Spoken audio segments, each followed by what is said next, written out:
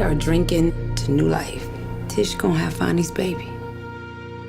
I hope it's a boy. Come on over here, daughter. You're a good girl, and I'm proud of you.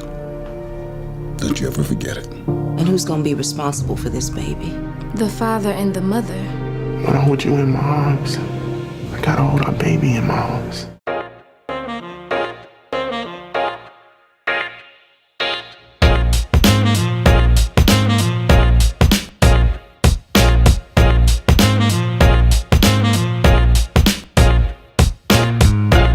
What I like about your relationship is just how healthy the entire family dynamic is with the dancing and how you react to having a grandchild. Could you talk about how important that was for both of you in this project? I love that you mentioned the dancing scene. That was actually a scene that we, it was just a moment that we were in. We were just in a moment. It's not scripted, but that was part of actually the energy that, and what was laid out for us to be. And we were actually just finding a moment before the other scene. And then it came naturally. So I think those images that we understood and we know so well, and images mean everything. This can show you what love looks like in an inner city home, in this healthy relationship. It doesn't suffer the tropes that we usually see of the inner city. We have so much humanity and humor and love, and it's a little sexy. Yeah, right? Well, I also love at the beginning of the movie the kind of tete-a-tete between the two families, and it's almost like a stage play where you reveal decades of history just in how you react. Could you talk about how you developed that and prepared for that scene? Well, that scene was, if you read the book, that scene was a toned down version of what it was in the book. Yeah. We shot that scene actually in a brownstone that was not on the stage, so that was a lot of people in a very tight place, and it was a brownstone that they found, our production designer found right before they were about to flip it. So walls would have been knocked out and it wouldn't have had that tightness that Harlem brownstones had in the 70s. So a lot of that tension, I think the space played a part in the feeling that you're getting when you're watching. And I think we all understood our roles. We all understood that here we have this wonderful opportunity to show all at once all the different types of people, families that exist within our community. And you have these two women that are super strong, where Ingenue's character is operating from a place of fear, and Sharon, my character, is operating from a place of love, and what that looks like when it comes together. Yeah.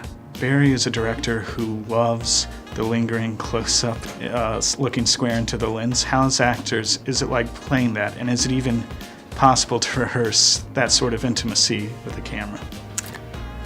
Definitely not possible to rehearse. It's a very unorthodox sort of way to have to film a scene. But it's also really incredible. I think that it just allows emotions to unravel without us having to think about beats or trying to send a certain message. It's just Barry's gonna leave the camera here and let you let the audience live with you and see something through your eyes and be able to look into your soul. I think it's just a powerful way of storytelling. Well, Kiki, I think you summarize so beautifully the film at the beginning when you're talking about having to look at a loved one through glass. Could you both describe your journeys in this film from that point?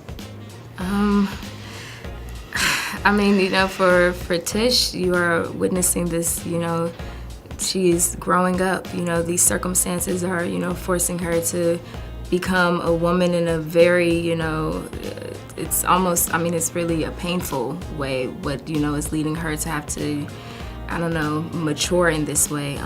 But throughout the film, you just see their love just pushing through all of the circumstances, and you see their love, changing and growing and maybe sometimes bending under the weight of the circumstances, but never breaking. Yeah, I mean, you know, to just echo that, I think that, you know, there's so much of this film, especially for myself, that my performance is behind, you know, that glass. And it was a balancing act of sort of trying to, you know, understanding sort of the situation at hand and understanding that there's all these physical and mental abuses that, you know, this young man has to sustain in this prison.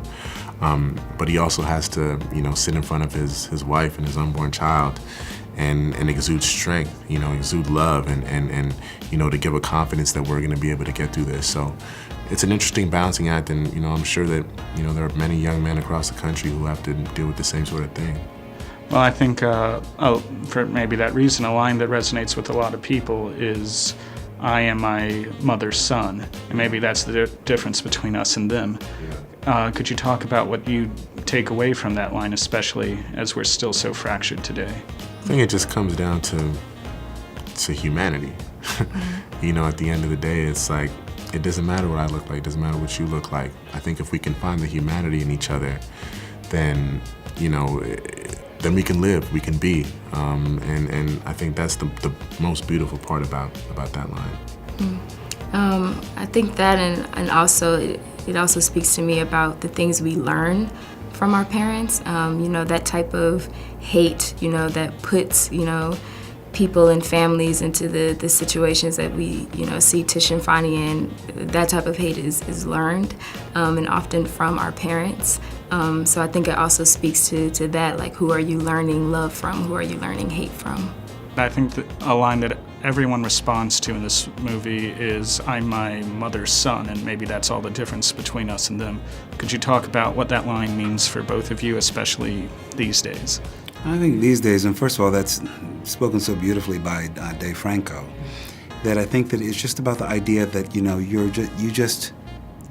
not doing what society says you should do, or these other things saying you should have fear about another. It's just like, basically, you just go off the values that you were given, and you put that into the world. And it's just a little act of love that actually happens, because, you know, the Tish and Fonnie are questioning in that moment, why are you being so kind to us? And he's like, it's actually very simple. There's nothing heady about it, and not following anything else but love. Everyone in this film responds with love.